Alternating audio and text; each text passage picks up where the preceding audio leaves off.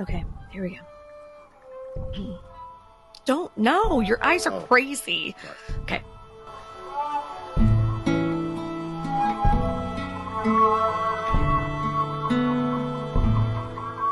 Welcome to Flan-Again, a Mike Flan-Again rewatch, brought to you by the Articulate Coven. For more information on the original Anne Rice fan podcast and community, visit articulatecoven.com and find more about this show at articulatecoven.com/Flan-Again. Hi, welcome to Flan-Again, a Mike Flan-Again rewatch podcast. We're your hosts. I'm Ashley. I'm Brat. And we are covering the fall of the House of Usher. So if you're really in the mood to shit on some rich people, you're in the right place. Hang out with us. Come sit with us. Come get it. We're having a good time. We have a lot of not nice things to say. We do. It's excellent. Hi, Brett. How are you? I'm wonderful. How are you, Ashley? I got the cat, if you've been watching If you've been enjoying the saga of the cat. He got my nose. He loves me. We put in an order for a second cat because we think that our cat's an asshole because he doesn't have another cat to boss him around. I promise I'm not a bad guy. This cat fucking hates me. No, he loves you. It's complicated. Yeah. I can't believe I just said that. Oh, well, we are here to hit up episode 7 of Fall of the House of Usher, The Pit and the Pendulum. Swinging! I think this is probably one of the most well-known stories. Gotta be, right? I mean, everybody at least knows the visuals of it. The visual of it at the very least. Yeah. There was that very old black and white Vincent Price, yeah? There have been so many versions of it. The Vincent Price is probably the most famous one of them. But all over the world, people have done that story in whatever language. And I just remember the Vincent Price one real distinctly from childhood because I feel like it was on a lot, like Saturday afternoon movies and that kind of thing. There's a Vincent Price thing that I can't remember. A friend of mine, Clayton, sent it to me.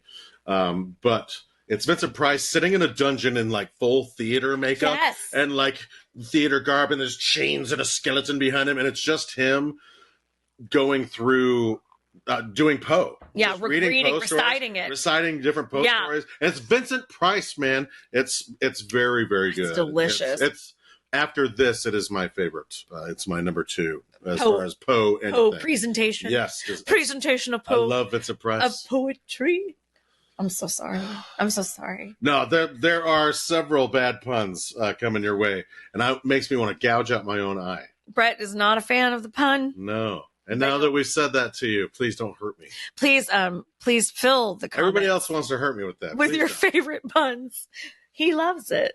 I will become unhappy. We did have some really great comments that we really appreciate from our last episode, which was our goodbye to Tamerlane, who went by the way of Goldbug. This is at Nicole M. _Radiant Baby. Radiant Baby. I've been traveling, so this is probably my first comment on this series. So hello. It's funny because I'd never seen it before, but having watched Midnight Mass with you guys for the first time, man, that was a fucking ride.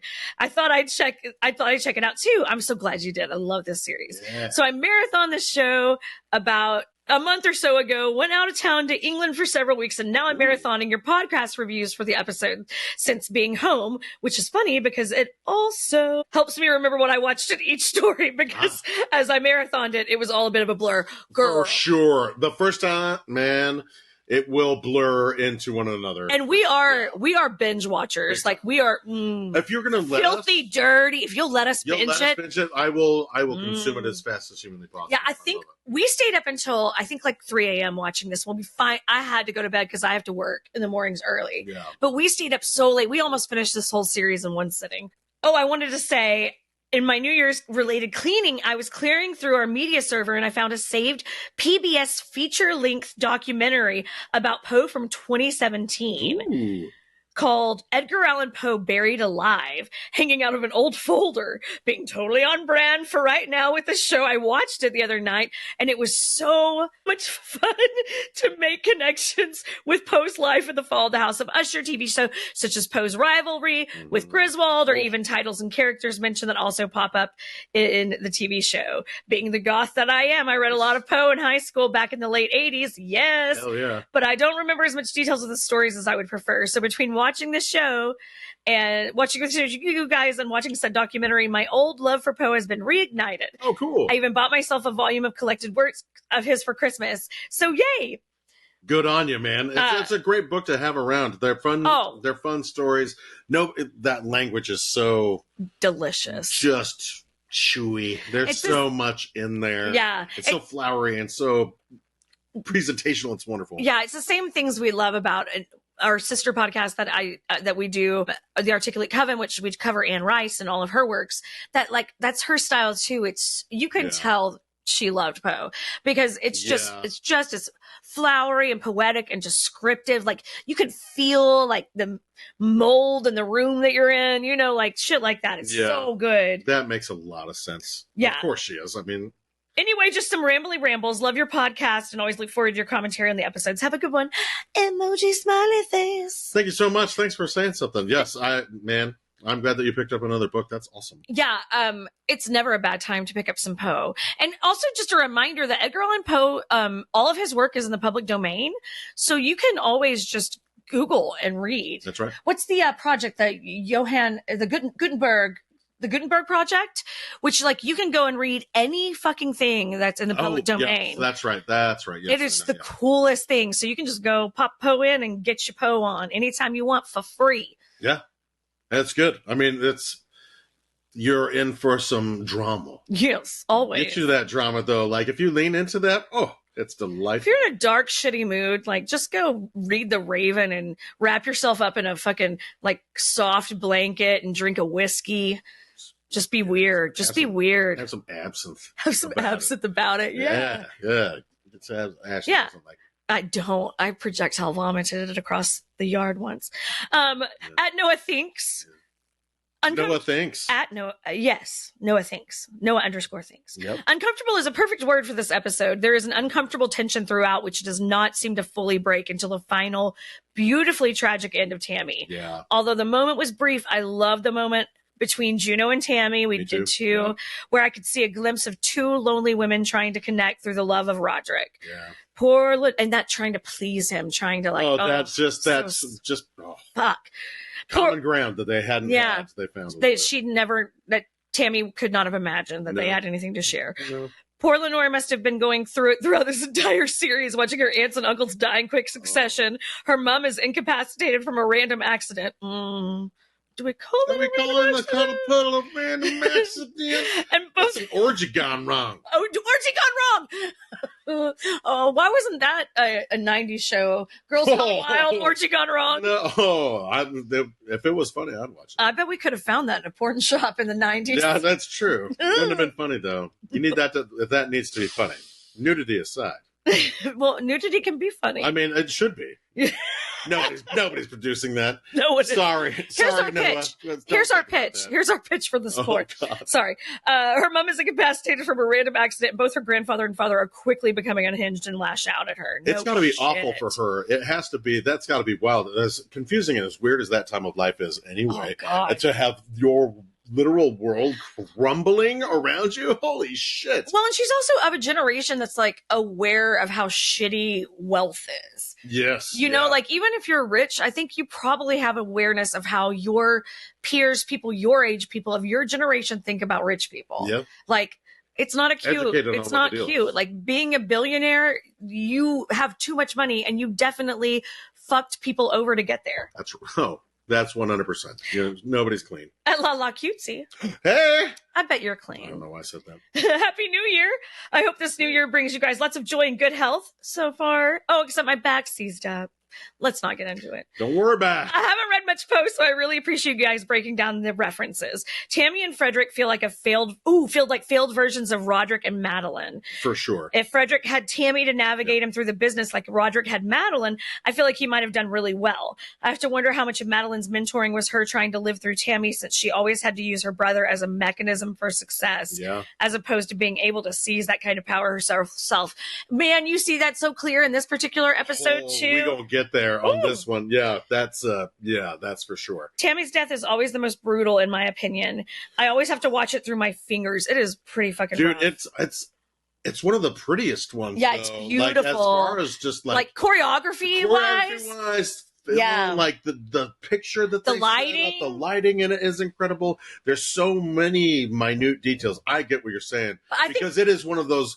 You almost feel it when that glass goes in her back. Like it makes you twinge a little bit. So something about it being so beautiful makes it even more horrifying. It's way worse, and it's beautifully horrible. Yeah. Yeah. I'm with you though. That is a tough watch. Visceral. It is real visceral. The scenes where she is pulling glass out of her feet are so rough. Yeah. Fuck that. Credit to the actress on that one. That is, I bet that's not super hard to sell, but at the same time, oh God. Get him. And with that character too being so like tight, all just like. Just like so to be able to have to wound tight, to be able to have to want to scream probably. Well, and but she has to stay in control. Yeah, there's some she has to portray a little. Wild.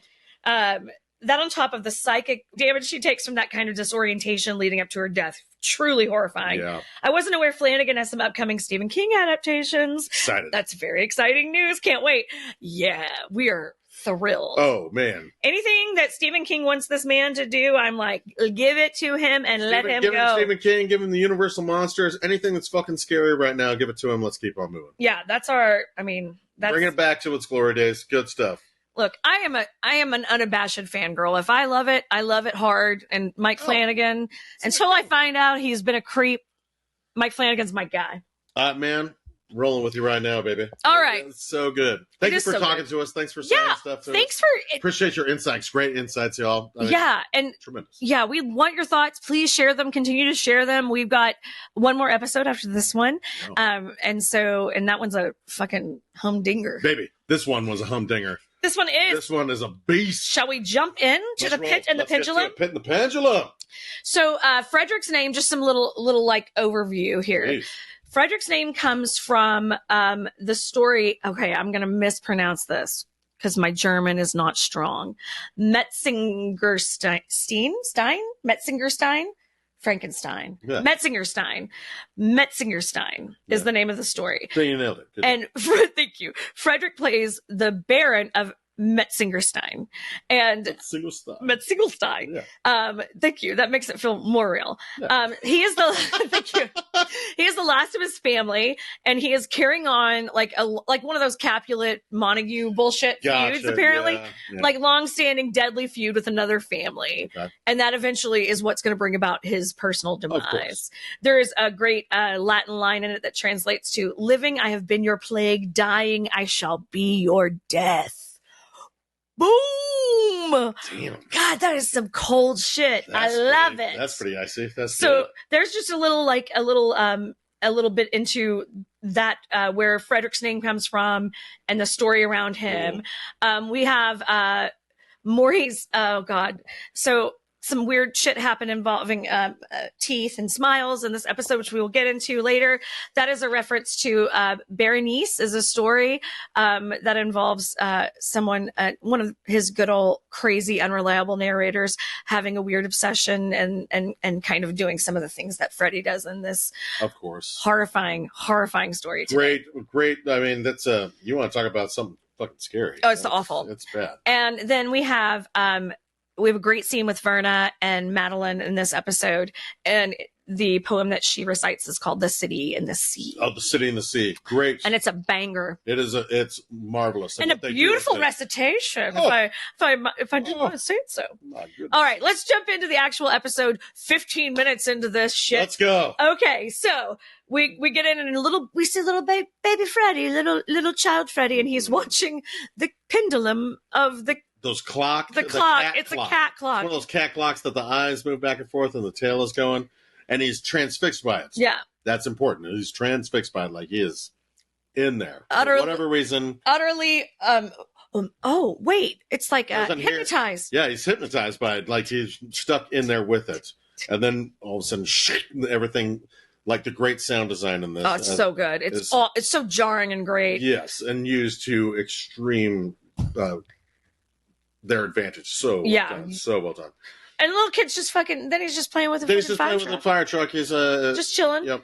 And Augie and Roddy are going over his testimony, or it's his deposition, which is you are sworn in. It is a sworn deposition. Yes, yeah, you have. So it is like a legal sworn in legal record kind of thing. Yes, you are going on the record. So whistleblower style. Yeah, whistleblower style. Woo-woo. So they're going through everything. And Roddy gets kind of stressy because his kids make a noise.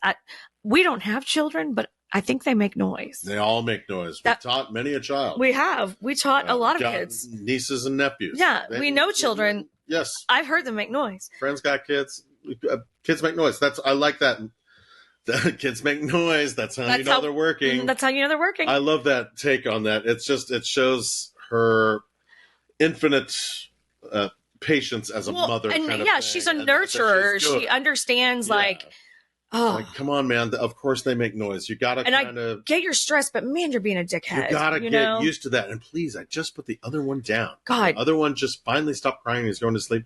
Like it's very effective. Yeah, and you can tell like they've got some tension and some stress. This is not a cool situation they're in. Like no, they're in a small spot, man. Like best case scenario, he's going to lose his fucking job. Yes, that's the plan. Like, that's the plan. The plan is to say all this stuff. You're going to lose your job. And it's going to be hard for him to get a new job. Like, they've gone over. But it's the right right thing to do. And fuck it. Here we go. We have to do this. But she's like, she has a great scene with Augie where she's just like, we've given you all of this. Do you even really need him? Do you need him for this? Yeah. And he says, without him, you can't blow a whistle without a whistleblower. Without a whistleblower, yeah. And so, like, all they need from Roddy is for him to point at that signature and say, it's not mine. Yeah. Like, that's all they need from him. It's real simple. That's literally it. Like, that's not mine. And you could do that as many times over as you have documents that are not, that he didn't sign. Yeah. Forged. Yeah. And they, and she asked for him, for his word that he's going to help them in the aftermath of this. Cuts him off. So ironic. Like, I'm going to need you to give me your word. And he's like, well, it's going to be like, no, I need your word. Yeah. And he, of course, 100% gives it to her. Yeah. Yeah. And he's clearly super charmed by her. Well, they're on the same page. Yeah. Like, they are on the same page. They're both good people. They're fighting for the righteous, you know, kind of thing. They're good people, and they honest. Yeah. Yeah. And we get a little moment between Augie and Roderick, where they're talking about their families, and he's like, well, you're really lucky, that you have this. And Roddy's like, well, you have some luck at home. Yourself, or was that how it's phrased? Yes, you got some luck. You got some luck at home, yeah. And then that's kind of where we find out that Augie's gay, and that he's got a male partner. He lets him in, and he lets him in. Like this is in the 70s.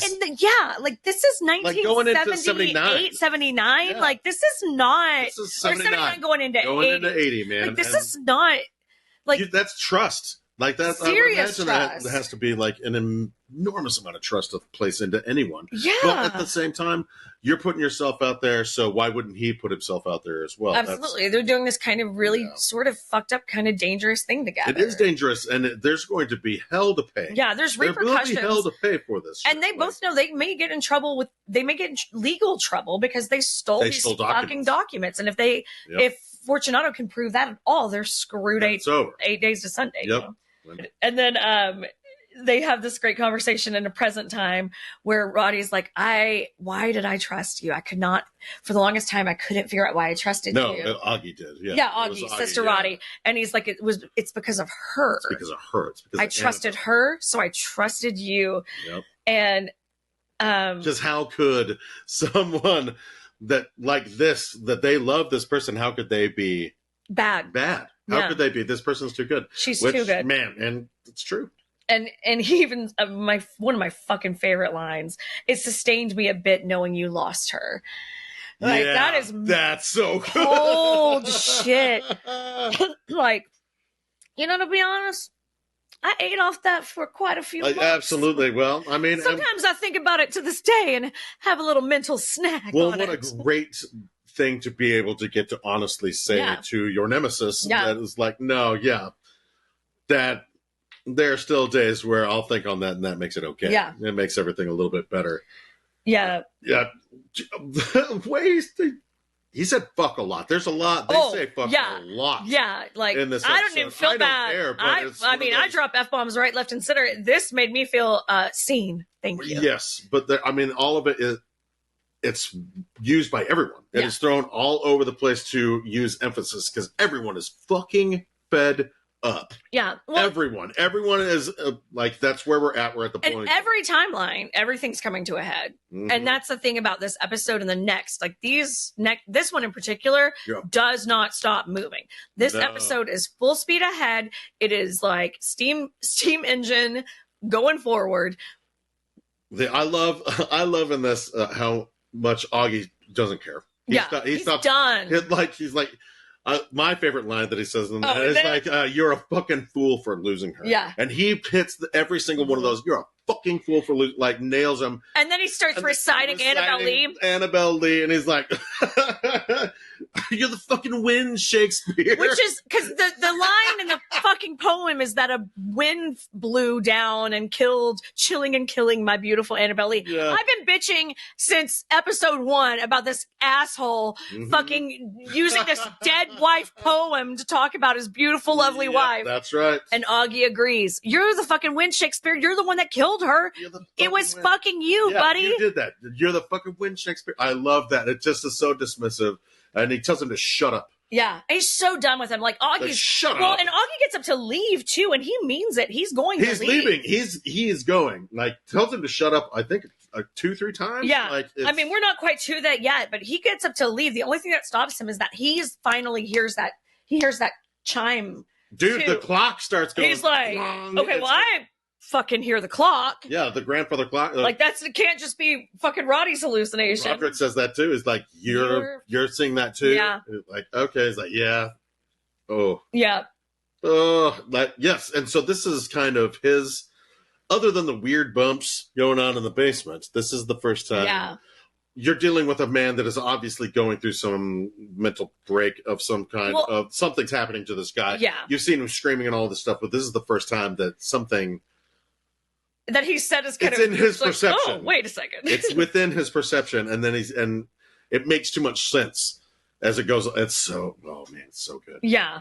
And Augie says, before we move on, Augie says the only good usher was... Annabelle Lee. Annabelle Lee. She was the only good usher. And you ran her off or something like that.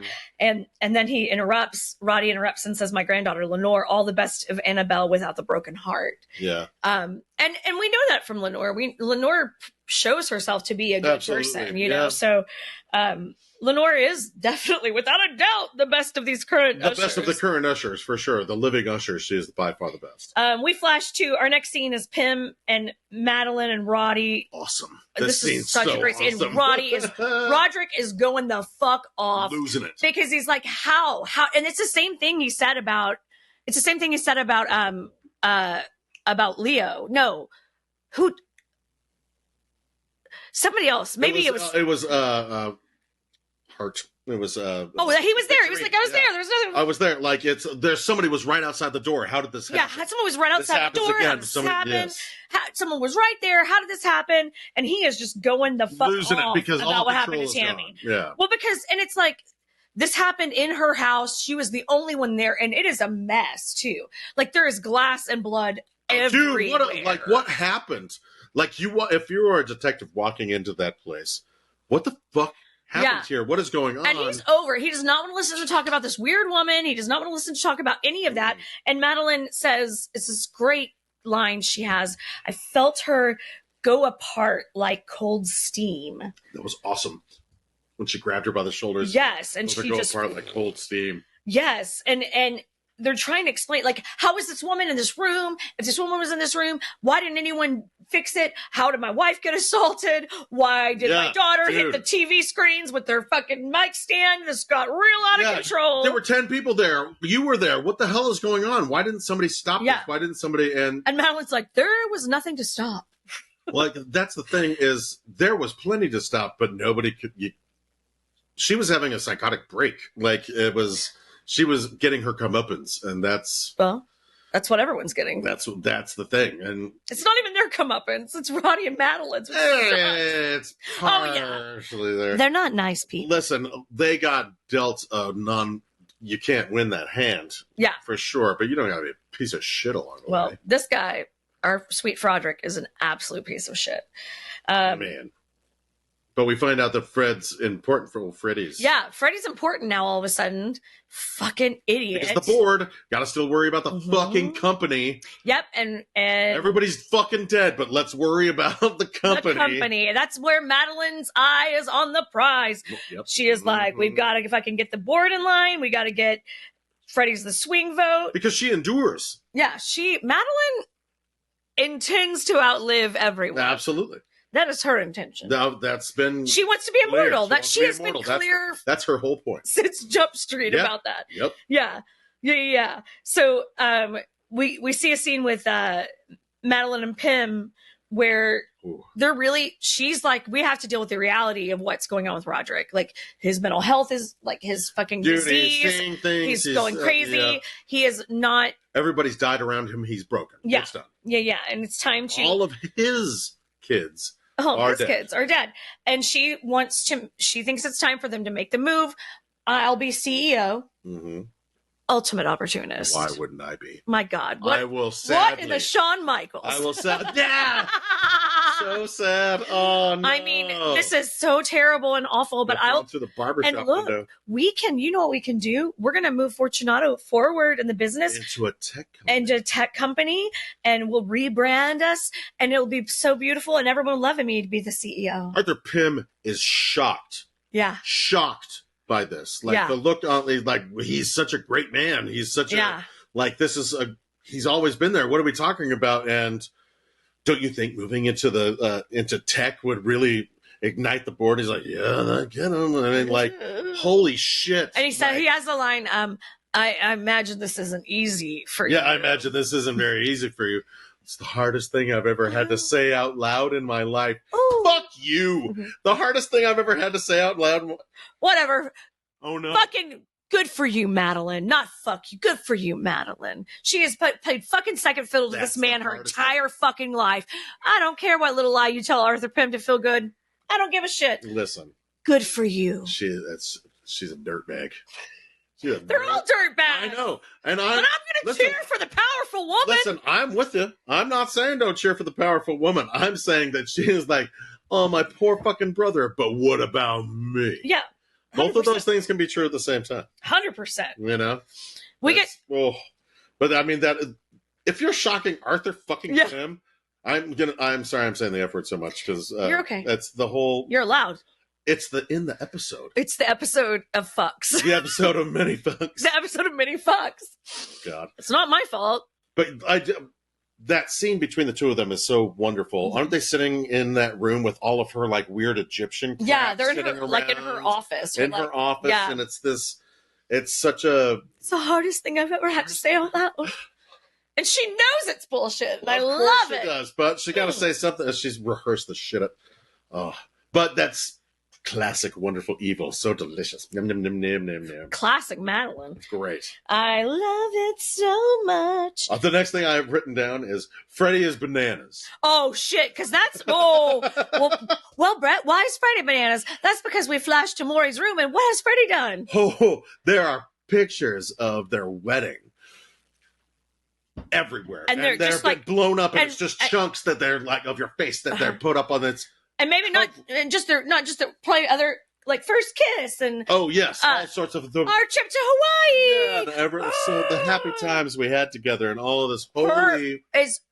Is like horror movie, serial killer style wallpapered. Can you imagine, like, she's fucked up and so is passing out wake at up and wake up to that? Y'all, oh, no! It is some serious serial killer shit. It's, I'm in a tight spot.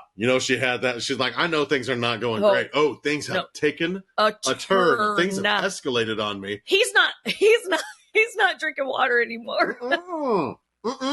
Our guy is not. He's sniffing shit while he's giving her drugs. You might make a little mistake though. God willing. But poor Maury's coming out of the drug fog, and she is just begging, and it is. Please stop doing this. Oh, she's begging him to stop. And it's like, if you just listen closely to that, she is fucking acting her balls. Nailing it. Was absolutely using everything. The way she whimpers and then puts like just a little intonation on the end of the whimper that's like a, no. Like, just. And getting stronger, like showing the time has passed that she is physically getting strong. She's like, you gotta stop. Because he's drugging her with that paralytic. Like, she's not doing as bad as she seems to be doing. No, she's getting better. Like, she's able to speak. She's able to move her arm and shit like that. Oh my God. This situation is so bad. Him just pounding. Yeah. Rails of Coke. And then just, here's your juice. And just, here's your juice. Like, God. It is so Don't talk about me like I'm not here. Right. Yes. Yeah. Drink your juice, Shelby. And he even says, it works so fast, doesn't it? And then this is probably my favorite line from this asshole, the whole series, but I love it. It makes me laugh so hard.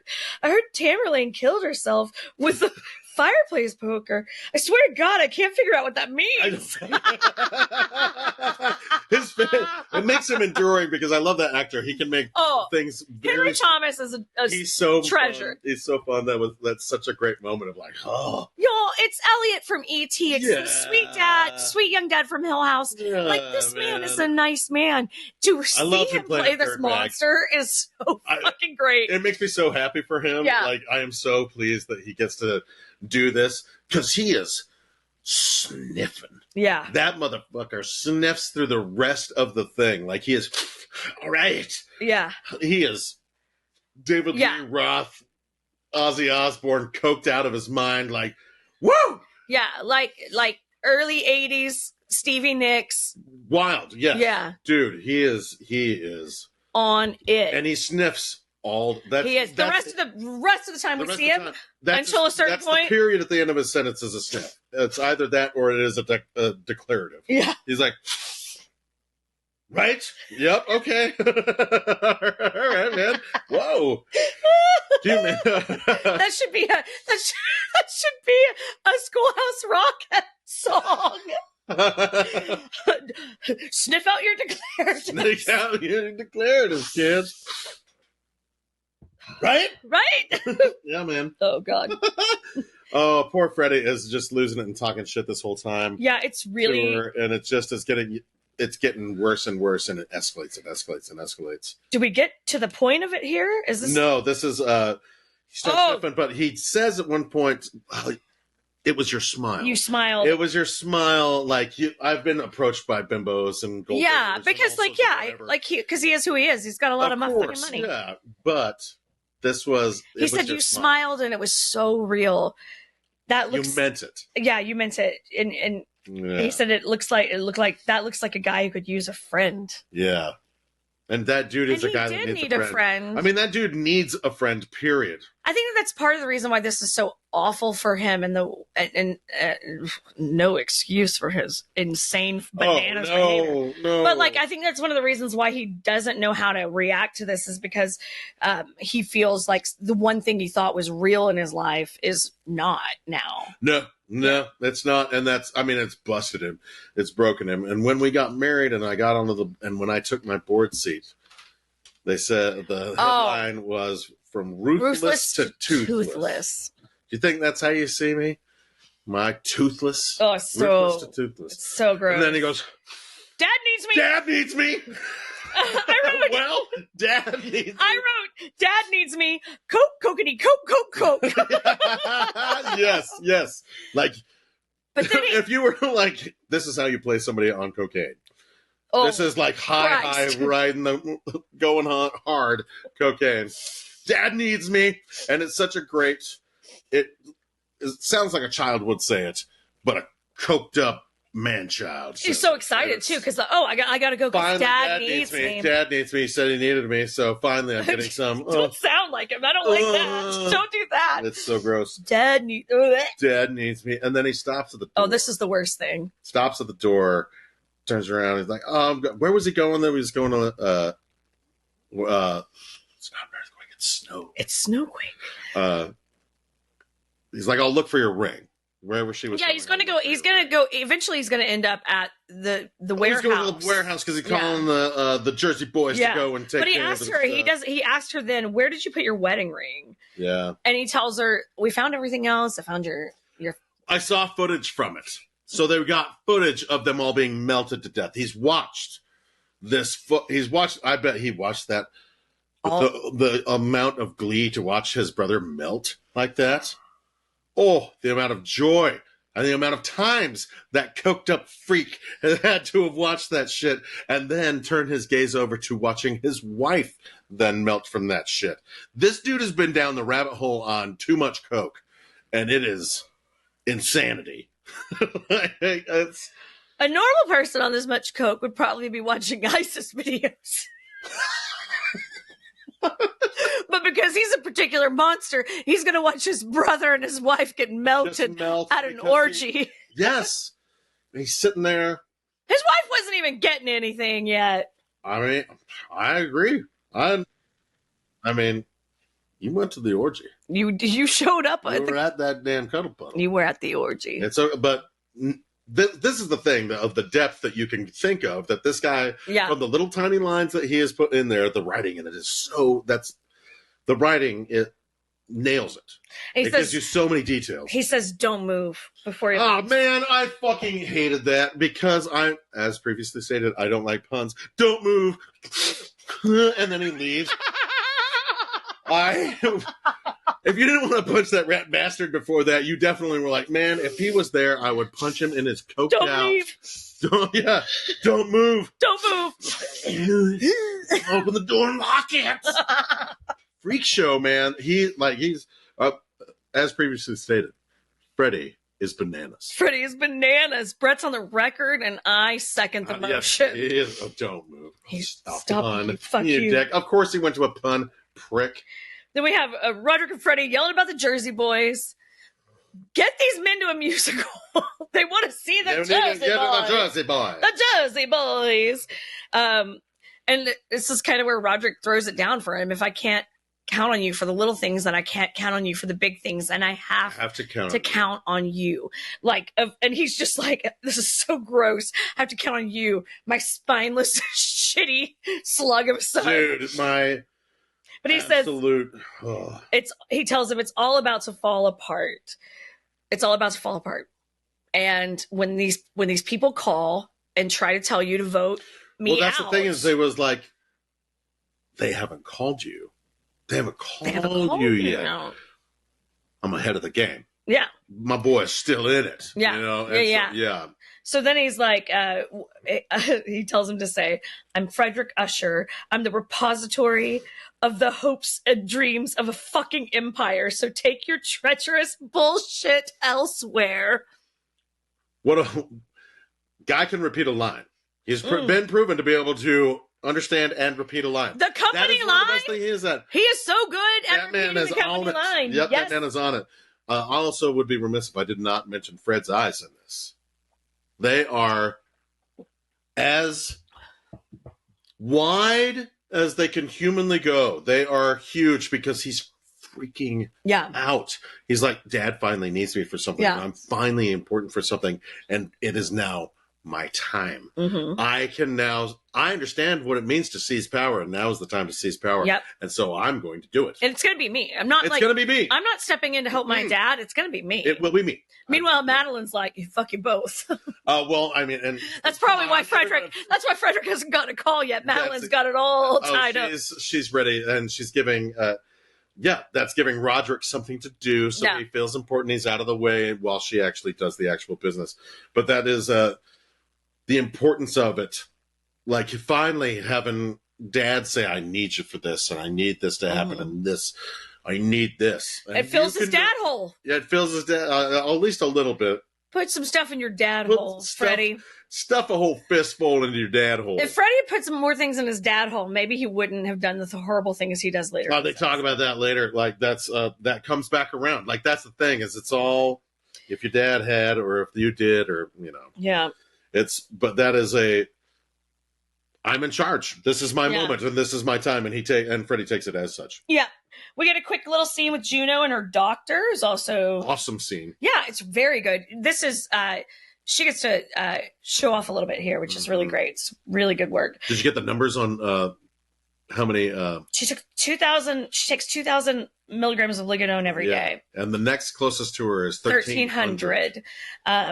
And so she wants to get off of it. And she's like, what, how do I? I know you work for them. Mm-hmm. I know that you are hired by these people. I know what the corporate, I understand that. But you're also my doctor. But you are my doctor, right? Let's talk about the oath of that. Yeah. And to this dude's credit, he's like, he does. He's like, that's exactly right. And you are saying the exact right words that I will not get in trouble. Yep. And so continue. And man. And she asks him, they have a really nice, nice exchange. She's like, do you have kids? Do you have stepkids? Stepkids. Do they ever call you a junkie? And she's like, really Mine did, and now they're all dead. Yeah. And now they're all dead. Now they're all dead and I'm still here. And life is just so fucking short, And, oh, God, I love that she says, Ligadone, I know you say it's not addictive, but Ligadone is more like heroin than any other drug I've ever taken. That's scary. Like, that gives that pill more power. Like, you're a true understanding of, like, the kind of scope and power of it from somebody who's been there. Yeah, because we know that they've been fucking playing the opioid game, just like what has happened in the real world, so we know the fuckery that they've been engaging in, and we all know that. But when you hear it kind of like from someone's personal experience, it really does, it breaks it down to a different level. Real, makes it more honest. 100% makes Ligadone, which we know is a fake drug, it makes Ligadone feel a lot more like Hydros. It gives you the stakes of how bad this really is. Yeah. To liken it to not even say Hydros, you're jumping everything up to fucking heroin. Right. I mean, wild. But she asks him, how would you come off this? And he just says very, very slowly. Very, very slowly. Well, okay, all right, that sucks, but okay, all right. But she's gaining knowledge. Yeah, like, that's the thing, is like she's figuring out how this has to work. Yeah, everybody's dead. Yeah, everybody's dead, and God knows when all of the death is going to stop. And so I've got to try and figure out what the hell is. I got to do me. Well, and I think that when a death happens that affects you, that's close to you, frequently you do spend some time thinking about, like, the whole, like, fucking what if of it, and what does this mean, and what's next for me, and like what would have been next for them. And so it's this very, like, transitional thing. But when you've, like, watched 4, 5 people in rapid succession, dude, wild, in horrifying and shocking ways, like, not even like, boy, they all caught COVID at the same time in 2020. You know, it's nothing like that. You can't even attribute them to each other. Horrifying, violent deaths of people that, by all accounts, hated her. Yeah. But even still, I would think if you have the title of stepmom, there's got to be some, like, you want to give a shit about him. She's one of the family. She wants to be in a family. Always wanted a big family. Yeah. And when I married him, I thought, whoa, that family's huge. I'll finally get to be in a family. And then they fucking treat her like shit. Dickheads calling her junkie. Yeah. Great scene. It's very short. That's a minute and a half. Yeah, it's not super long. 90 seconds, but it's so... I'm glad they took the time to do it because this is, again, we're full steam ahead in most of this episode. So having those little quieter moments kind of like give you time to catch your breath between the next horrifying thing that happens, which is Freddie.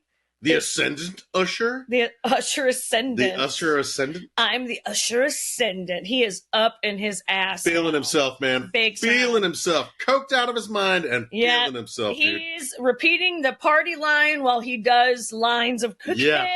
Ripping and loving it. And we're getting the building pulled down tonight. That was the other thing Roderick was pissed about. That was the thing. Yeah. Like, that's what you have to do. Yeah. And this is what he's decided. This is where you start. Dad said I have to do this. This is the small stuff. He can trust me on the big stuff, so I will do the small stuff, which is tear down this building. My notes say, I'm the Usher Ascendant. Sniff, sniff, sniff. Yes, dude. He sniffs throughout the rest of this damn thing. Until a certain point. Man. And he says, my whole life, they wouldn't take me seriously. And this is one of his beefs. Like, his whole life, he's never been taken seriously. He's just a little, like, puppet of his dad's. Yeah. And then he starts getting into this gross philosophical shit where he's talking about if you want to test a bond. You don't have talking about what his dad taught him. Yeah. This is what my dad taught me. Of course, Roderick taught him. Put me just slightly higher than my sister. Mm-hmm. See what happens. If you want to test a bond, you don't break it. You just crack it. So he put me one step above my sister and watched what happened. Mm-hmm. You know? And it cracked. But it didn't break. But it made it stronger, he says. Ugh, they're so gross. But it made Roderick's control over them stronger. Then he says something about, another thing my dad always said was, get your house in order. And then he goes into, in order to do that, you have to either be consistently cruel, or sufficiently brutal. Y'all, consistently think about cruel that, like, or sufficiently brutal. What's what? That's a horrifying choice to give to anyone. I like to think he did that when he was like 5. He was like, hey, son. Listen, it's either consistently cruel or sufficiently brutal, son. Get out there and hit that T-ball. I'm taking your fire truck away. That's right. Give me that shit. Yeah. I know this is got to happen after he's rich, so he's like probably in his teens or something like that. So awful. But it's just, what a horrifying thing that you have to do. This is your choices if you want to be successful. If you want to please your father, if you want to be successful, if you want to win this game that fucking life has given you to play, if you want to win the game, or brutal, cruel or brutal. That ain't no way to live, y'all. You got to reject that with every bit of your being. It's the sufficiently brutal thing is it captures such a I need to do something. I need to commit a war crime and then be okay with it. Yeah, the whole thing smells like a war crime and then be okay with it. I was literally the whole thing about to say the whole thing smells like Nazis. Oh, like hard. You're either going to be the kind of Nazi that is consistently cruel. Yep. Or you will be the kind of Nazi that is sufficiently brutal. Sufficiently brutal. I mean, that's just all I thought when I saw it when he said that. I was like, ugh.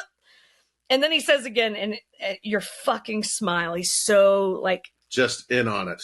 This is where everything focused was that smile. Yeah. Everything. Yeah. Because she had a great smile. She's beautiful. Lovely. Yeah. Yeah. So he's decided that he's going to. I am not a cruel person. I'm not a cruel person. Says, and that's not me. But. Sir. So I will have to be. Sufficiently brutal. Sir, you are consistently cruel. Oh. He gets that way. He rips her teeth out with pliers and puts them in a fucking Altoids tin. The wintergreen. The green. The wintergreen. Do you know what belongs in an Altoids tin? Weed. And weed. Not your wife's teeth that you ripped out with fucking pliers. Those bendy medical pliers too. They're not like no fix your car pliers or it's like needle nose pliers. They are the pronged. She could see what's going, and he rolls her on her side for it. Thought about it so she doesn't drown in her own blood. But then you see her like, and her gauze from her nose down. Dude, it's blood all down the bed, and it's blood. And the way, kudos to the actor, when he moved in with those pliers, the way her eyes were huge, horrified. It was, and there was that tiny little inhale that kind of, like, another sniff. But it was from her, that kind of sniff of, oh, fuck, I'm about to get stabbed. Nope, I'm about to rip all your teeth out of your fucking head. And that's what happened. Dude. Into an Always 10. And he said, when I find your wedding ring, if I can't find it, I'll buy you another one, and then I'll weld it. And if you ever take it off again, he's so cheerful. To your fucking finger. Okay. Okay, bye. Bye. Dude, I gotta go. I got some work stuff to take care of. I got some work stuff to take care of. It's almost 8. The Jersey boy's gonna be missing me. And then he runs into Lenore on his way out. And but there's a moment before that where he's sitting there and he's talking to her, and he gets on the phone. The phone rings. This is that Jersey boys, and he goes into that same trance that was at the very beginning with the cat clock. He goes into that for a second, listening to what is being said to him. Yeah. But the sound changes. It goes. The sound changes up on it for a second, and then he's like, well, of course. And if you don't do this, tell him I'll come out there and pull his teeth out with fucking pliers. Yeah. He threatens to do to one of the Jersey boys what he had just done to his wife. And then goes out the room, locks the thing.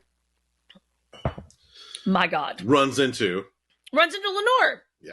Who's like, hey, by the way, I found this great treatment facility to send mom to because I know for a fact there's been no doctors here. Yeah, I'm trying to be cool, but although she seems to be doing okay-ish, she could be doing a lot better, and I think maybe her gauze needs to be changed occasionally. Maybe, please, somebody like give her a bath or something, wash her up. So she's trying to get him to approve for her mother to go move her to this place. That great on-site. Yep. They got all the money for it, and she's just like, finally, she just explodes. Where are the doctors? Where are the doctors that you said are supposed to be here? You're not right, Dad. You smell like shit, and you look like shit. You look like shit. She's calling him out. She's like, dude, I'm not an idiot. What's the fucking deal? Something is wrong with you. Yep. And it goes off on her, but then he like stops himself in the midst of it, the way he did in the first episode when he was like stopping himself. Sorry, sweetheart. Yeah. These fucking sorry, sweetheart. These freaking these guys. Yeah. He stops himself, but he continues to say the horrifying thing that he said. Yeah. He's just as you can't talk to me this way. Shut up. Yeah. He's so hateful. Nobody is able to talk to me this way. You just because you're my daughter doesn't mean you can talk to me this way. Getting the same treatment that his dad gave him. Yeah. I mean, it's trickle down economics. It is absolutely in the actual way it works. And at the very end of it is like, all right, I'm going to deal with you when I come home. Yeah, that's horrifying. Leave your mother alone. Your mother is resting, and you will leave her alone while I'm gone. While I'm gone, and I will deal with you when I get back. Yeah. If anybody's ever had to deal with a teenager ever, if you want to do something, just tell them don't. Yeah, because Lenore's immediately at that door, like, you're alone in this fucking house, and okay, thanks, psycho dad. Yeah, fucking. I'm gonna go talk to my mom. Like, I don't know what someone that's on cocaine looks like. Yeah, come on, man. It's the modern age. Yeah. You Google that and you'd get a response. You could, if you want to know, all you have to do is look up videos of Robert Downey Jr. from the 90s. Mm-hmm. There's lots of media out there. You could see a lot of cocaine in action. Absolutely. There's plenty of that out there. But Lenore's banging on the door, and then that flashes to banging in the basement, which is so scary at that point. That shift is like, dude, and thumping in the basement is the thing, I think, most in this that unnerves you. Unnerves me. Yeah. Yes, it is the most unnerving Poe-esque kind of thing. Yeah. There's a noise because it's in the background. Should we not do something about the noise in the background? Why am I the only one that cares? Why do I? Yes, exactly. There, you know it. it. Yeah. It's in your soul. Yeah.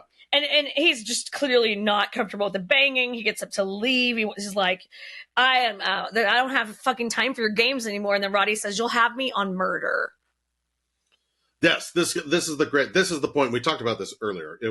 This is like, you got me on murder, debt to rights. This is the whole, I love the writing in this because it is a big, giant up yours to all of the writing, like the standard story. And now I turn around and we're going to do this thing. Walk slowly back. Yeah. Like, no, man, I'm tired of being your damn puppet. I'm out on this crap. And then that clock. And then it was the clock. This is the clock. Yeah. Sorry, we were excited about this because it's such a great scene. It is such a great jarring moment. That is a shared moment. That clock should not be chiming. No. The clock hasn't been taking a shit. Yeah. The clock going off, him explaining about this, and then Roger going, well, and this is usually when he would like pop out, and, like something would happen, and it's him as a kid and Annabelle Lee come running around instead of like a horrifying ghost. It's Freddy as a little kid. It's the way that you would let who doesn't love a little kid that age, like 5 to 8 years old? And he does. You can tell his face. Yes. He's like, oh man. He's like, oh. When you were a little boy. And this isn't what I was expecting. This is perfect. No, he was ramping himself up for this last ghost scare because he's like, dude, I've been doing this all fucking night. And Annabelle's here too? Yes. Can you imagine getting to see your young wife with your young kid, the person that you loved enough to make up dumb poetry about like that, and a really good poem. A really good poem, but at the same time from this guy. But it's stupid. And I'm not saying do poetry, fellas, but do your poetry, guys. Absolutely, for sure. Go get them. But it's just like that. Wow. It would be like we've been together for a long time. Oh, yeah. It would be like seeing you like from the day that we met. Yeah. Like it would be such a wow, like oh my god, like it would be such a great, your brain would react to you. Yeah. You would have, it would be such a thing. It's and it's so beautiful. The misdirect on it is incredible because he picks him up and then he just squelches. We didn't want to miss your big day, says Annabelle Lee. Yeah, and then all of a sudden you start hearing that weird rip, and that kid's eyes roll back. And there's just the top half. And his legs fall to the ground and fall horribly. Yeah. By the way, they land like they're made out of Jell-O. It's... I mean, I don't know if that was practical. I doubt it. But those were jelly legs. That poor kid's legs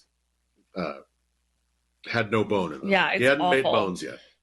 It's awful. The lines that lead into what happens there is basically what happens next. We flash back to the past where it's time for Roddy to give Roderick's big day. It's Roderick's big day. He's going to give his deposition. We just wanted to be here to support you on your big day. Oh. She shows up unexpectedly with the kids. Everyone's like, we don't think you're going to bring the kids. It's going to be some shit's about to go down. I don't think there are going to be kids here for this. Kids, huh? But she did. And so Madeline quickly kind of shuffles them off to be with her. She's like, come with me. And Roddy goes in with Augie, and they start in the courtroom. Doing the deposition. The lawyer for Augie's company is asking questions, basically just like Augie. They were practicing. Doing the same thing. Yep. Going through the deposition. Running through the lines. And then then Roderick goes a little bit off script. A little? Well, no, he goes a little off script at first. And then he completely fucking 180s and screws Augie over 100%. Nails him to the post, man. Yeah, claims that the support signatures are his. Are these your signatures? Yeah, absolutely. Yep, that's mine. Well, I'm sorry, what about this one? Yeah, that's mine too. That's mine too. Yep. And then doubles down on it. And he's like, what did you tell Mr. Dupin? Oh, this was so awful. I put double cross, y'all! I have... betrayal with an exclamation point. Yeah. Because it is, I mean, he betrays, he stabs him in the back and he's like, and to be honest, harassing me. This man has been harassing me, and that's the only reason that I agree. My family, it is border on harassment. This man has, them in their office have been up on me. I think they must have a vendetta against Rufus Griswold or something. It borders on harassment. Yes. Yep. And then Roddy gets to leave and then immediately gets arrested for perjury. And Madeline's like, get the fuck home. Yeah. Get the fuck home. Annabelle Lee's like, what just happened? What? Because, she's expecting, you're a hero and I love you. And this next scene is fucking scalding in a hot. weird way that only women can be mean to women, kind of thing. It's awful. Like it is. It's very awful. As mean as you can. There's a particular. It's that knowing the thing you can say that will be the most hurtful. Yes. And then doing it. Yep. Devastating. And it is, and she just Madeline is just so condescending to her, and like basically is like, you're such a fucking child with your little fairy tales. Simpleton. Yeah. She calls her a simpleton. And this is when you realize that Madeline orchestrated every fucking bit of this, because she just tells her exactly what went down. Yeah, I thought it was an act. I thought the whole housewife thing was an act. Jesus, I thought it was an act. Good for her. She found her angle. You found your angle, man. Yeah, what you got to do? She says, this is really you, isn't it? Well, talking about just in as blunt and blatant a terms as possible, laying it out there is like, I thought this was your angle. This is your thing. She's like, oh no, that is who you are. Fuck him once a week, suck his dick. Yeah, suck his dick. Like, you got a house, you got a roof over your head. Everything's fine. A couple cute kids. Yeah. I mean, Annabelle Lee's heart is broke. This is really you. It broke her heart. This is really you. Yeah. A simpleton. And she says to Madeline very early into this conversation, because Madeline's like, they'll have him out of jail before you can blink. And she's like, what the fuck is wrong with you? Yeah, and just what the fuck is wrong with you? Why does this seem like it's an okay thing for us to be doing? Yeah. Like she's just horrified by the whole like, what is going on? Fuckery of it, But she gets off one good one at Madeline, and she says to her, "You are so small, Madeline." And builds it like you're so small. And I mean, why is it that people are surprised when they're expected to do good? Like that, like you thought we were going to be good guys about this? You thought we were going to be like, what? You weren't thinking ahead and looking at your fucking angle? You thought we were really going to be just the good guys in this? Well, you did. So surprised by it. You did have to explain to me that empathy is not a universal quality. That's true. Have. That's true. But I mean, you're so small that hits her hard, and man. that stays with her. That is a fucking rib breaking body blow. Well, it hits her so hard she knows she can use that to hit somebody else later. Well, yes, absolutely. It's just so good. No, that is a.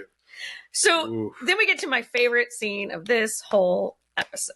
I fucking love this scene. Oh man. We go, Madeline's in present time in her car. She pulls out her fucking hairpiece, which has got her fake bangs attached to it and a little poof at the top, kind of. And then she throws it out. And then she gets out of her car. She's walking into her old house. There's the miserable cul-de-sac. Yeah, the cul-de-sac of despair. Ugh. And she's like walking around. I know you're here. I know you're here. Just come out. And then Verna shows up. Have a seat. The setup's for the boys, but I'm sure they won't mind if we hang out. Won't mind we have some. Have myself a drink. Come on. Dialogue in this scene is so fantastic. It's wonderful. It's these two just trying to like it's Madeline. Madeline's bargaining for her life. Two powerful people that have bargained for everything forever, for their entire existence. Having it up. Yeah. And both of them are so used to winning. I don't think either of them have lost in a very long time. No. And so it's such a hot, like very intense scene. Like she wants to, it's really you. It's amazing how much I denied when she saw her, Yeah. And actually right before that, Verna tells her how like fucking batshit crazy Roderick's really been. Like he's been showing up at the house. He's in the house. He's drinking. He cries. He's hanging out. He drinks. He cries. He's bringing all kinds of shit to put in the basement. Things in the basement. Yeah, he's doing all kinds of weird shit. What is he building in there? Tom Waits style. What's he doing? What the fuck is he doing in this old busted house? Why are you bringing all this weird shit into the basement of this? He's been here. He's been doing things. What? And Madeline's like, fine, whatever. I'm here to renegotiate. Let's deal. Yeah. Let's renegotiate that. No, that's not going to happen. And she's like, no. And she pops off. She pops off a couple of times, and she's like, "Oh, there's my Cleopatra." Yeah, she like goes into it's like always something. It's always negotiable. There's never a no, and it's all words. And we got here by words. So let's have some more. Like, hey. Oh God! She says this is such a great line too. She says she's like, "I know you," and she's like, "Who do you think I am? A collection of impeccable, elaborate masks in orbit of a stunted heart." Yeah. And I meant to Google that to figure out where it's from. I'll know that before the next episode. Amazing though. But that line was so good, and then Madeline just chill as fuck, breaks her neck. Now, granted, this is like you can think of like it's super easy to break a neck. It is not super easy to break a neck like that. Standing in front of somebody and twisting their head, like you can hurt somebody pretty bad, but breaking a neck is not secure. Madeline lifts. Like she's got to be packing some power. And definitely not the first time she's broke a neck. Yeah, she does it There's confidently. no way you can tell me. Like, she reaches out like a viper and snaps that bitch like nothing. I agree. Like, there's part of me that's like, Verna let her break her neck. But then I'm like, no, she was so, I mean. Verna did let her to break her neck. But there's just something so casual about the way she does it. And so, like. It's too on point. It is powerful. It's strong. Like, it made... we do fight choreography and stuff like that. And so we noticed stuff like this. But it's supposed to be, it's portrayed that way for power.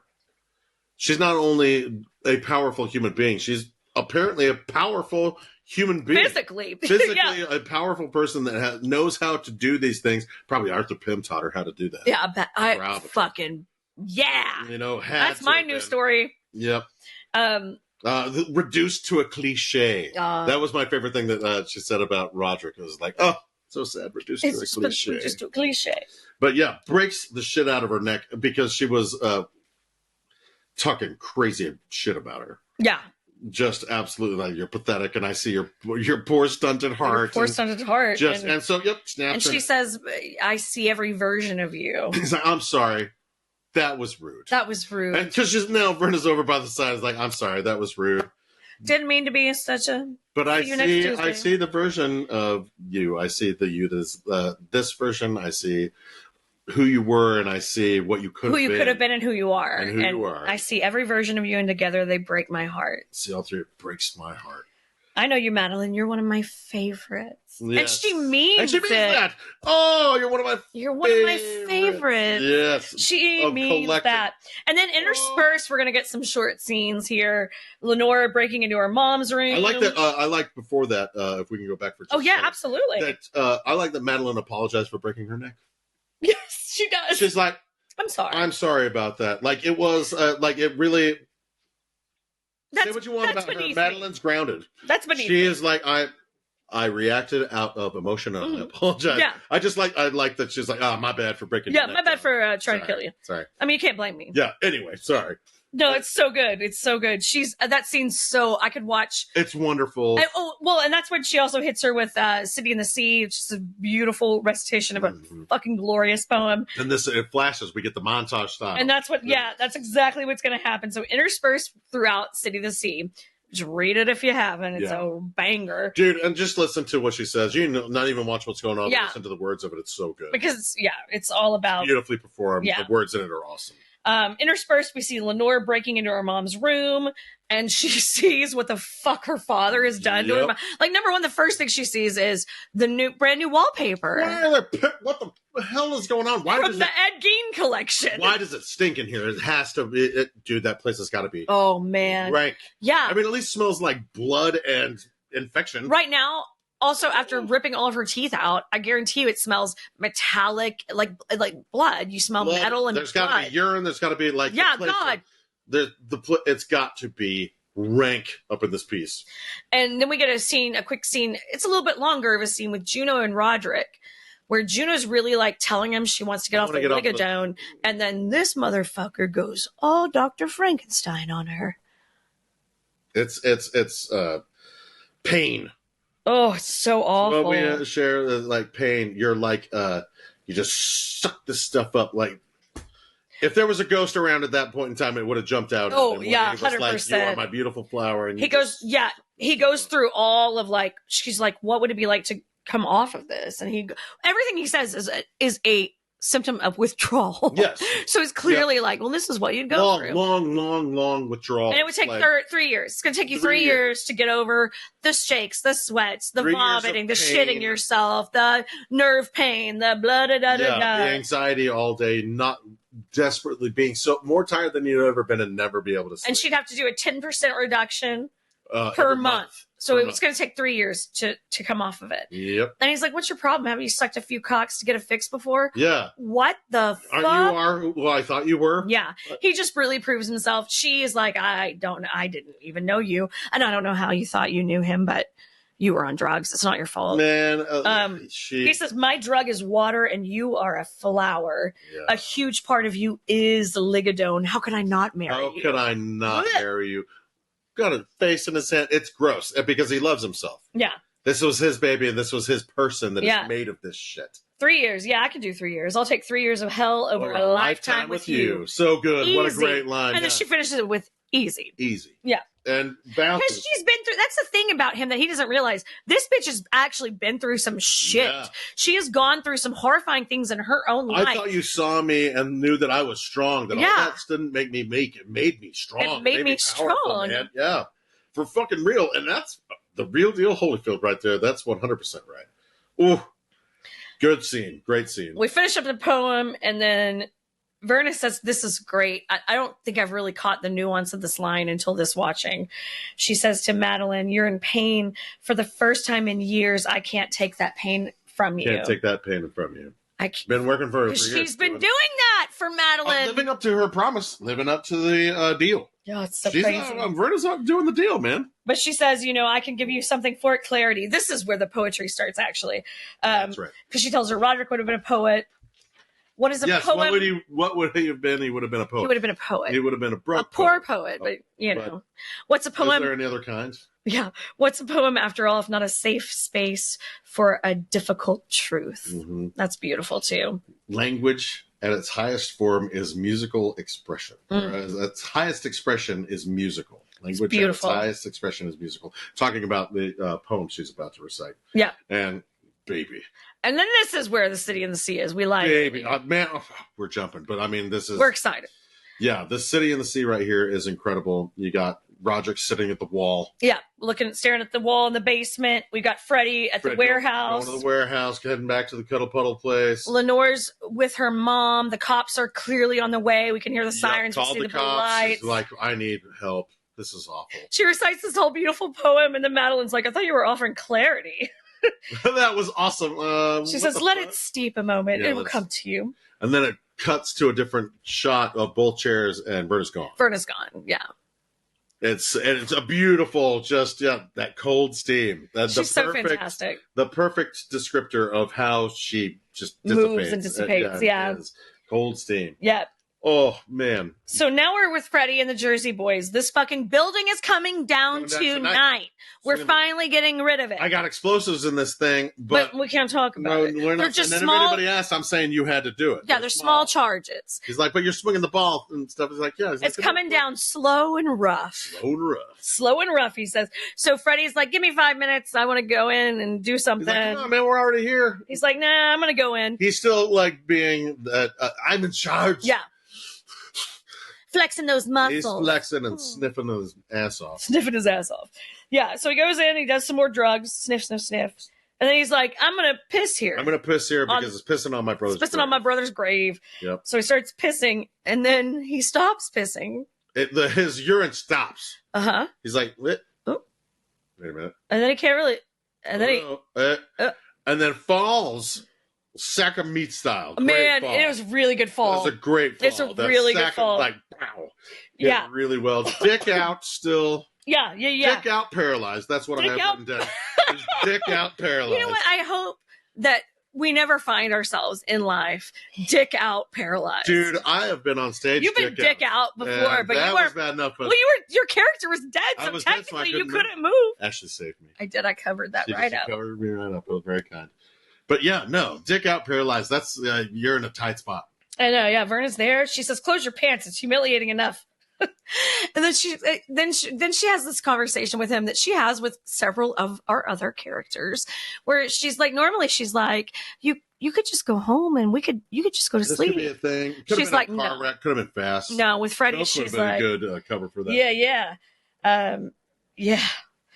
She says, the nightshade paralytic. I like that she mentioned the nightshade. That's what she used. And we get a flash into how she did it. So that moment that Brat was talking about where the sound went kind of weird and he was on the phone she is behind him. Vern is behind him in a nurse's uniform.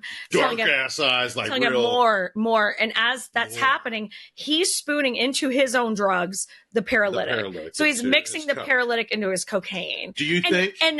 And Maury can see her. That's what I was going to say. I was like, do you think I think that she can. Maury can totally see her. Because she's saying that to her. Like, Vern is looking dead ass at her going, more. And more. Yeah, I think Maury can 100%. I think so too, because she's like, where did that woman come from? And she's saying, oh. Yeah. Oh. Okay. Like, oh my God. Like, go forth and prosper. Am I hallucinating because I just had all my teeth ripped out of my head? Or is there some lady back there saying Morris, he's dumping the nightshade shit in there? Yeah. I wanted to ask her. I totally think I've always thought that's one of the things, like, from the beginning of watching this, I was like, oh, bitch totally sees her. Well, and this is one of those things, I think this is the only time that they show, like, between this moment and when August saw the clock moment, I think this is the first time that anybody non-Usher sees Burna. The paranormal aside from like the wait staff at the party. Yes, that anybody we interact with. But like our main cast staff for sure. Yeah. She says, I try to never intervene this directly, but the pliers got me thinking. Fuck it. And I love our girl Verna for this, because this is serious bullshit. He fucking earned this. Oh, dude, man. She tells him, you earned it. And then she gives he's laying on his side and she rolls his head back. And she gives the all clear to the boys. Yep, uses his voice, gives the all clear. And she's like, a dentist. That's the funniest part. The funniest part is you would have been a dentist in the other life. Yeah, like a good dentist. Pretty good dentist. I mean, you'd have been all right. Made what you did so much worse somehow. Yeah. It's, so she just lays down with him? She's laying down by him. She keeps appearing at different... Like you're laying with your boyfriend or girlfriend or your whatever out in a field watching looking up at the sky. You're looking at the stars. Shooting stars and shit. Beautiful. This is amazing. Yeah. Yes. And she's very cute about it. Her words and what she's saying are fucking with him the entire time. You know, you've been worried this whole time. Your whole life, you've been waiting and worried and waiting and worried. Well, I'm here. I'm here. That is the coldest line for me. Like that shows that she really is whatever version of whatever she is death. Yeah. You know, I'm here. Yeah. I thought it's so fun to see what it looks like, because this is really the first time where we've seen her kind of play with her food. Where she's like taking some joy in taking this person out. She had a little joy in the last one. Yeah, with Tammy. But this is the most open Deion Sanders talking shit. Yeah, it's really in your awful. Face. No, you deserve this and earned this, and I can't. I'm so stoked. You should be excited. People don't get to see it from this vantage. No one gets to see this from this. You don't get to see it. This is so good. And I mean, and she tells him, she's like, I wouldn't normally be this involved. I would just let it happen where it happens. But you had to bring her home. And then you had to grab the pliers. Meanwhile, this entire thing, the starting to swing. The fucking ball is smashing into the place and knocking beams down and knocking things. And she's like, Freddie, I know your dad was a dick, and I know you could never please him, and I know all these things happened, but it's still no fucking excuse. It's no fucking excuse. And this is the beam is down with a big sharp piece of metal that is on that is busted. It's just swinging above him, swinging back and forth. And every time they hit the thing, it goes lower. And every time you can see Freddie's eyes go a little bit. Mm-hmm. Every time it hits, it's getting lower, getting lower, getting lower. And that sound of when it finally... and it still would have been no fucking excuse. And just a real tiny little... And you're like, there's a shirt. That was just a shirt. Oh. And then it's like... It just... And he just gets sliced and diced until the building falls down. And then the explosions go off and the building comes down on his face. Delicioso. Absolutely. As far as people who earned their death, I don't think he earned his the most out of this. 100%. I don't think I enjoy a death as much as I enjoy his. It's very satisfying to see this douchebag, dipshit, rich piece of trash get his comeuppance. Get his due. Get his due. You earned it, my friend. You earned it. You did. You got a bad death from the Raven because you suck. Because you were a dick about it, and it made the Raven want to do it. Eat you up. Real happy about it. Yeah, real fun. She was wonderful. Hard hat on. Yeah, she's so cute. Like so jaunty. Cute. Like, yeah, she's so happy. Yeah, it's so funny. And at the moment, that had to have been an absolute mindfuck for him to have just this weird woman just show up out of nowhere, hard hat, talking mad shit to him. I mean, any of these people, this woman's just, I guess, except for maybe Tammy, like this woman showing up, like, what the Dude, fuck? so bizarre. Like, what the hell? Who is? Why? What are we doing? Wild. Yeah. So we get the end of Freddy. Praise. Praise. He will not be missed. Nope. We get Roddy and Maddie in the basement. Rod's at the wall. Rod's back hanging out at his wall, his favorite wall. Got his beverage and hanging out at the wall. Hanging out at the wall. She shows up and she tells him that Freddy's dead. Like, this is where we're at. Says it really kindly as a sibling, has been somebody and that has had to say, hey, they're dead, and to have somebody to say, hey, they're dead has been said to them. Oh. This was a very genuine.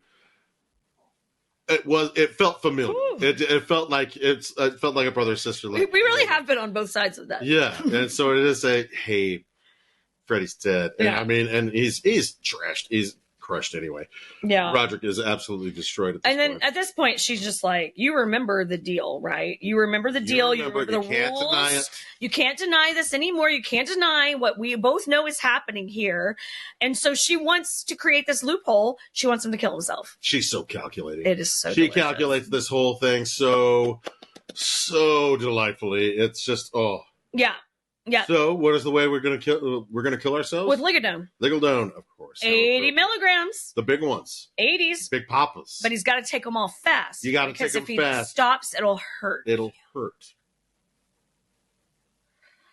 There's no other way. If you don't take them fast, that's it. And this is Madeline's last play. This is her. This is it. This is her. The deal. I went and talked to the. This is the Hail Mary. The Raven, and this is the last play.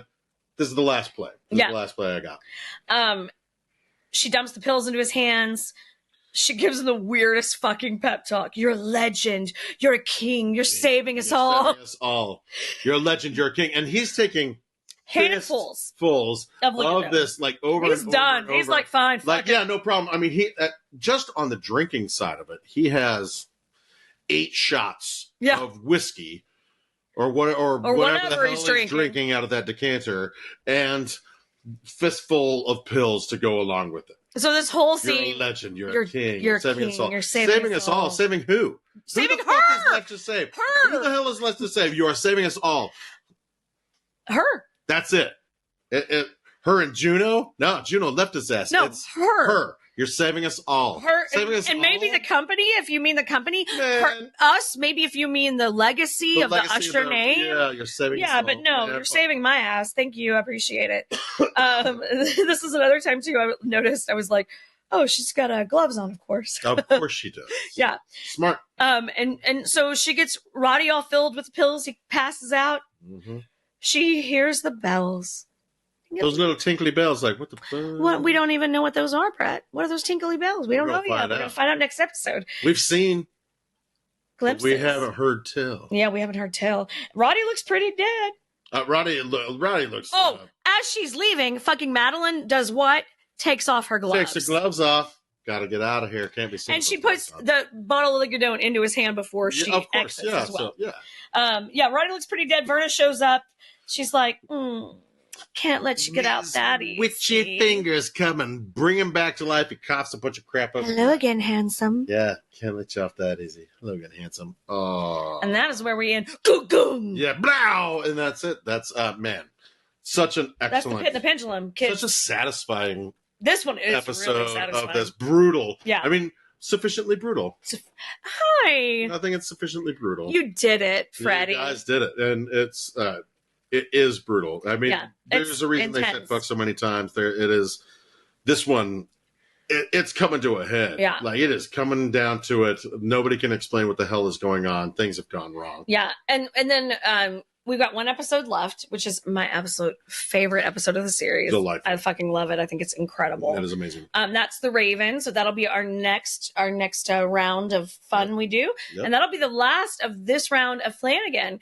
If you are interested in choosing what we do next, we're probably going to do a couple movies before we jump into another series. If you are interested in becoming a Patreon at a $5 or $10 level, a patron on our Patreon. That's it. Yeah. Again, if you want to do that, $5 or $10 levels, you get to vote in. Joel's putting up polls to pick the next movie, and then we also can. We're also going to look at some series, as well as for Articulate Coven. If you're a fan of Anne Rice and the Vampire Chronicles, the Mayfair Witches, and the Interview with the Vampire series on AMC Plus, then that is another place where you can kind of weigh in on what we're going to be doing in between episodes, in between seasons for that as well. Our book club episodes and what movies we might be doing for our movie nights there. So that's kind of the breakdown. You can find us here at Flan-Again, and you can also find us via the Articulate Coven, which is our sister podcast and our umbrella.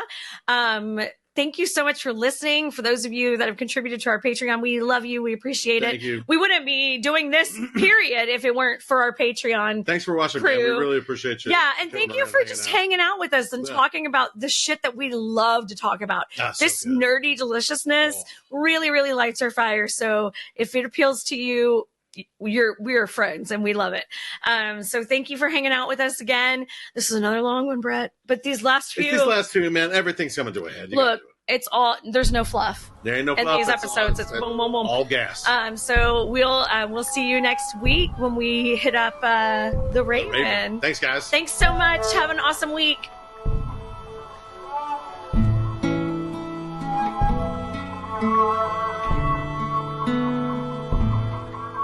Thank you for watching Flan-Again, a Mike Flan-Again rewatch from the Articulate Coven. If you want our videos and audio early and ad-free, visit articulatecoven.com/join and join the Coven.